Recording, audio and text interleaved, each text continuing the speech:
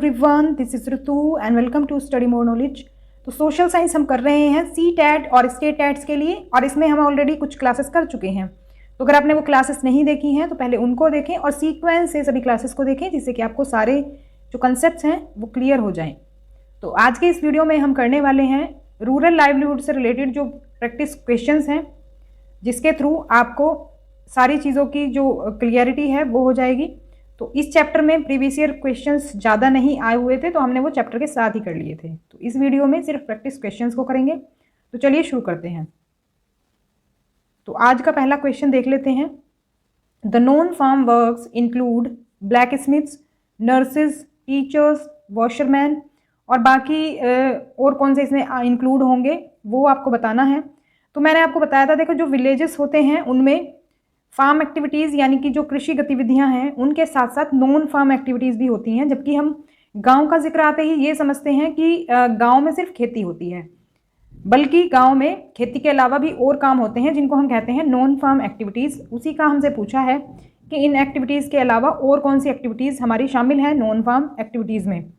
तो इसका आंसर जो है वो हो जाएगा option number 4, all of these. जो भी ऑप्शन में दी हुई हैं, वीवर्स यानी जो बुनाई करने वाले होते हैं, बार्बर्स यानी कि नाई जो बाल काटते हैं, और साइकिल रिपेयर मैकेनिक्स भी होते हैं गांव में।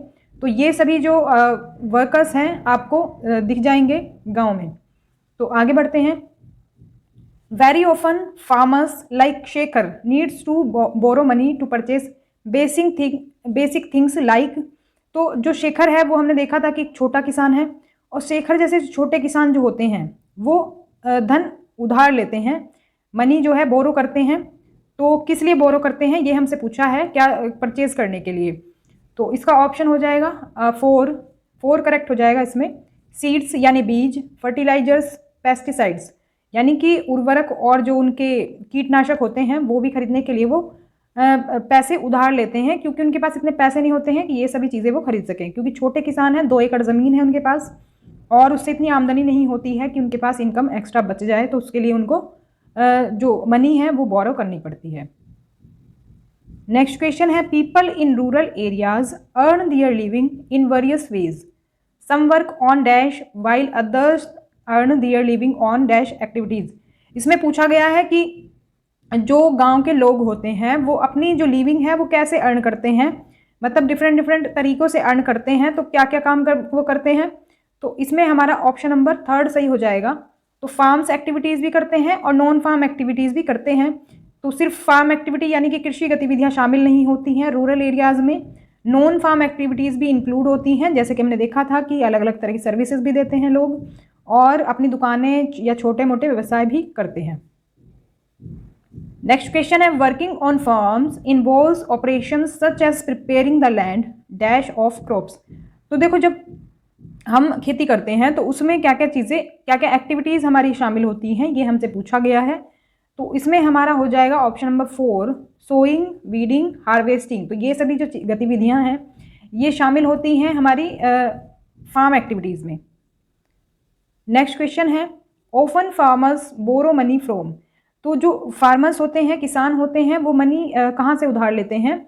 तो इसका आंसर हो जाएगा ऑप्शन नंबर 1, मनी लैंडर्स यानी कि साहूकार से ये कर्ज लेते हैं। और इसके बदले होता क्या है कि साहूकार एक शर्त रखते हैं कि जो आपकी फसल होगी वो आप हमें ही बेचेंगे। तो साहूकार को कम रुपीज़ में इनको फसल बेचनी पड़ती है, जिससे इनको कोई मुनाफा भी नहीं होता है। तो आगे बढ़ते हैं।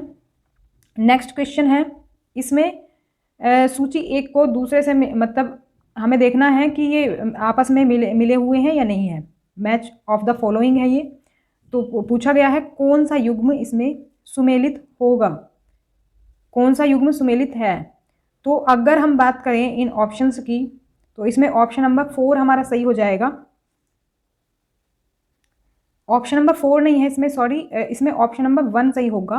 1 और 2 जो हैं वो हमारे सुमेलित हैं। जो कलपट्टू विलेज है ये हमारा तमिलनाडु का एक गांव है, बिल्कुल बात सही है ये। और चखेसंग समुदाय जो है ये नागालैंड की एक जनजाति है, ये भी बात बिल्कुल सही है। लेकिन जो 3rd ऑप्शन है, कैटामरेन में मछुआरों की छोटी नाव, ये आपकी कलपट्टू विलेज से रिलेटेड नहीं है, जब ये आपकी पुदुपेट आएगा इसमें। तो इसमें पुदुपेट होना चाहिए, इसलिए ये गलत है। तो हमारा पहला और दूसरा केवल सुमेलित है, यानी कि ऑप्शन ए इसमें करेक्ट हो जाएगा। तो ये थी हमारी आज की क्लास। वीडियो पसंद आए तो लाइक करें, शेयर कर दें और सब्सक्राइब कर लें चैनल को, जिससे कि आपको आगे के भी नोटिफिकेशंस मिलते रहें। तो मिलते हैं हमारे नेक्स्ट चैप्टर में।